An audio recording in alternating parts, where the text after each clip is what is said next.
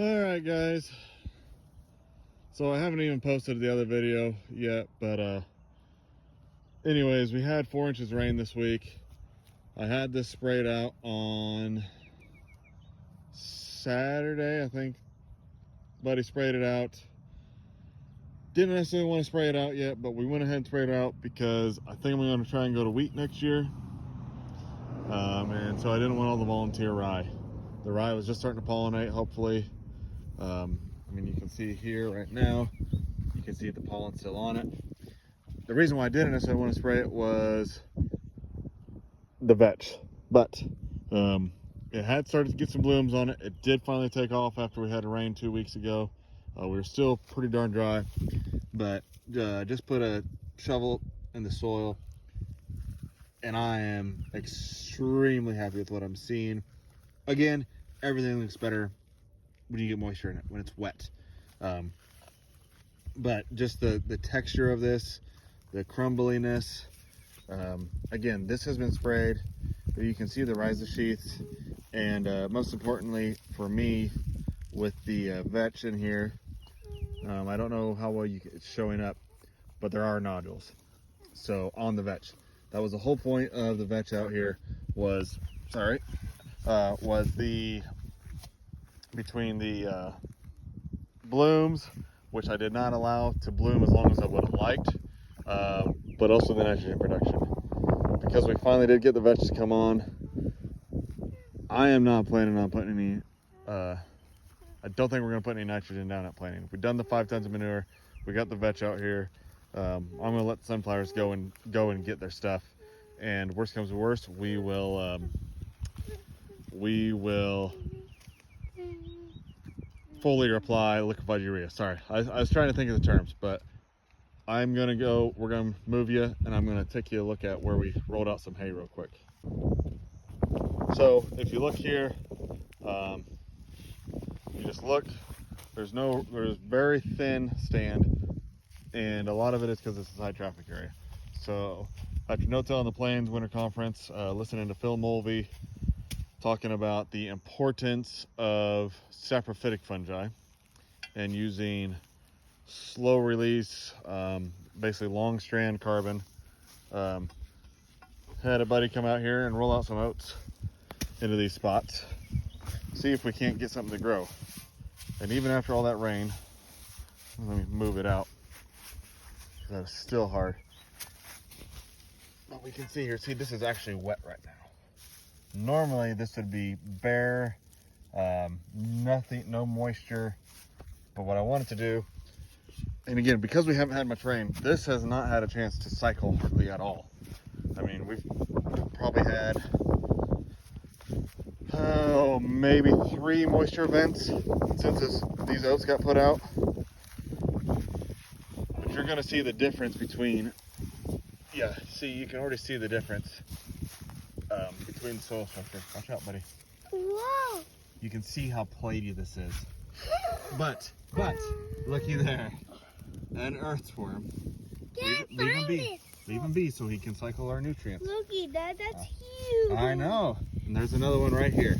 Where? You can't see him. Oh, I see him. He's a little tiny one. But you can see just how platy this is. I mean, this is... And you can watch see... Watch out. And guys, look at this worm. It's like a teenager or grown up. But this is like very embarrassingly platy. Yeah, this is like. And so the idea with it, just get some daggone carbon on the soil. Watch out, boys. Nope, I'm not gonna squish them. I'm gonna cover them back up.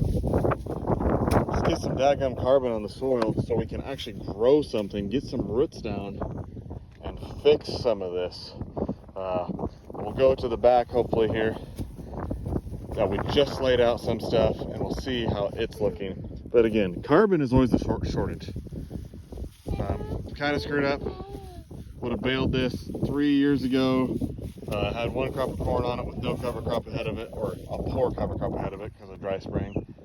And then chopped the corn last year. We just need to grow some carbon. So hopefully with the rye and then putting out this straw in these areas, we'll get some positive results on it.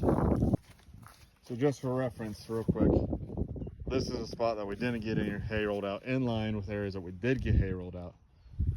And that's what I'm saying. It's already drying out. Same type of material. I can't get my shovel in the ground quite as high, as easy, quite as far. And just platy. And it's just because of compaction and lack of, and it is from traffic compaction. And I'm not saying we're gonna fix it completely, but it's just no bueno, no bueno. And just trying to address some of those concerns and make it a little bit better. Well, we can't get to the back, don't have the proper footwear. I could probably make it, but they can't. We do have a dry creek crossing that has water in it right now, which is fine. It doesn't look like I mean, I'm not saying we didn't run some water. Obviously, when you get 4 inches in one night, especially because our system is definitely not up to standard, you're gonna run some water. But yeah, no, the putting that one shovel in, considering how little cover we had on this field for the most of winter, just because we got the cover crop in late. Seeing that structure, definitely good to see. Is this biomass as thick as I would have liked it to be? Absolutely not. But again, I think we did have some frost kill, just because we had some stuff germinate and then not really get hardened off before we had a really hard frost. So I think that contributed to some of the thin stand. There's also year-old seed, 2-year-old, at least a year old, not a year and a half, 2-year-old seed actually. But hey, it's all right. It is what it is. Dry spring. I mean, just weird growing season so far. So, but we did get some cover on the soil, better than we have several years back, the last couple of years. I mean, we just have not grown squat for the last couple of years, unfortunately. And we finally did grow something this year. So, yeah, we've done what we can. Like I said, I think we got enough nitrogen out of this hairy vetch crop that we come over the top with some foliar nitrogen, some liquefied urea between the hairy vetch, the rye breaking down, and the manure. I think we will be just fine with that when it comes to the sunflowers. So we'll stay tuned, see how things go.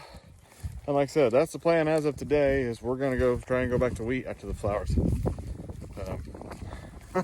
We'll see how that goes, but that's the plan, and see what we figure out, see what we accomplish, and see how many times the plants change before it comes time for plant season.